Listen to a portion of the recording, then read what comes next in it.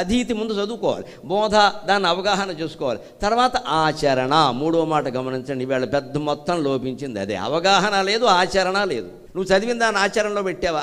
BTech నేను electrical engineering అంటాడు, ఇంట్లో ఫ్యూజ్ చేయడానికి ఎలక్ట్రీషియన్ పిలవాలి, వీడు బీటెక్ ఎందుకు చదివినట్టు అది మాకు చెప్పలేదంటాడు. నమ్మ సంతోషం, సంస్కృతంలో 198 మార్కులు వస్తాయి ఇంటర్మీడియట్ చదివే వాళ్ళందరికీ. ఈ పేరు రాయవయ్యా సంస్కృతంలో అంటే ఇట్స్ నాట్ ఇన్ సిలబస్ అంటాడు. పేరు రాయడం సిలబస్లో ఉండదు. పోనీ సిలబస్లో ఉన్న శ్లోకం ఏదైనా చెప్పవయ్యా అంటే దట్ సెమిస్టర్ ఈజ్ ఓవర్ అంటాడు. ఆ పరీక్ష అయిపోయింది, వాడిని అడగకూడదు.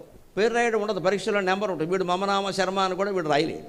మీరు ఎందుకు చదివినట్టు 98 మార్కులు ఎలా వచ్చాయి? వీడికి రాలేదు, మా బోటికాళ్ళం వేసావా పాపం. అదే లెక్చరర్లు పూర్వం మార్కులు తెచ్చుకునేవారు, ఇప్పుడు వేస్తున్నారు. అందుకని చదివిన దాన్ని అవగాహన చేసుకో, దాన్ని ఆచరణలో పెట్టు. ఆచరణలో పెట్టాక ప్రచారణై, ప్రచారం చేయి, బయటికి చెప్పు. ఇవాళ అధీతి ప్రచారం, అధీతి ప్రచారం. చదవడం చెప్పాడు అంటే ఒక మాటలో చెప్పాలంటే తినడం కక్కేయడం. వీడికి ఒంట్లో ఏమీ వంట బట్టలేదు. జపం చేయి, 2 నిమిషాల్లో పడుకుంటాం వెంటనే. జపాన్ని మించిన సాధనమే లేదు. హాయిగా దండ ఇలాగే ఉంటుంది, మనం పడుకుంటాం అంతే. అందుకని మనం కొన్ని కథలు పుట్టిస్తాం. జపం చేస్తూ నిద్రపోయినా కూడా అది పుణ్యమే. ఎవరు పుట్టించారు దీన్ని? బద్ధకస్తులు పుట్టించే కథలు ఇవన్నీ. ఒకవేళ ప్రాణం పోయిందనుకో, జపం చేస్తూ ప్రాణం పోయిందమ్మా, అదో కట్టు కథ. జపం చేస్తూ పోయిందా, కాశీలో పోయిందా, గంగలో మునుగుతూ పోయిందా సమస్య కాదు. మునిగినప్పుడు వాడి మనస్సు ఎక్కడుందో దాన్ని బట్టి ఉత్తరగతి ఉంటుందమ్మా.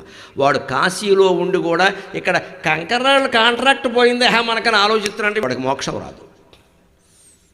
మనం పోయిన ప్రదేశం, మనం పోయిన సమయం, మనం ఎవరి ఒళ్ళో పోయాం, ఏ ఊళ్ళో పోయాం, ఇది యమధర్మరాజుకు అవసరం లేదు. పోయేటప్పుడు మన మనస్సు ఏం చేస్తుంది అనేదే ముఖ్యం. అది వాడికే తెలుస్తుంది, మనకి తెలియదు. మనం వ్యాఖ్యానం చేయడం అనవసరం. అక్కడ మనకు తెలియదు అసలు. అది ఏదో మనకు తోచింది చేసేస్తూ ఉంటాం మనం.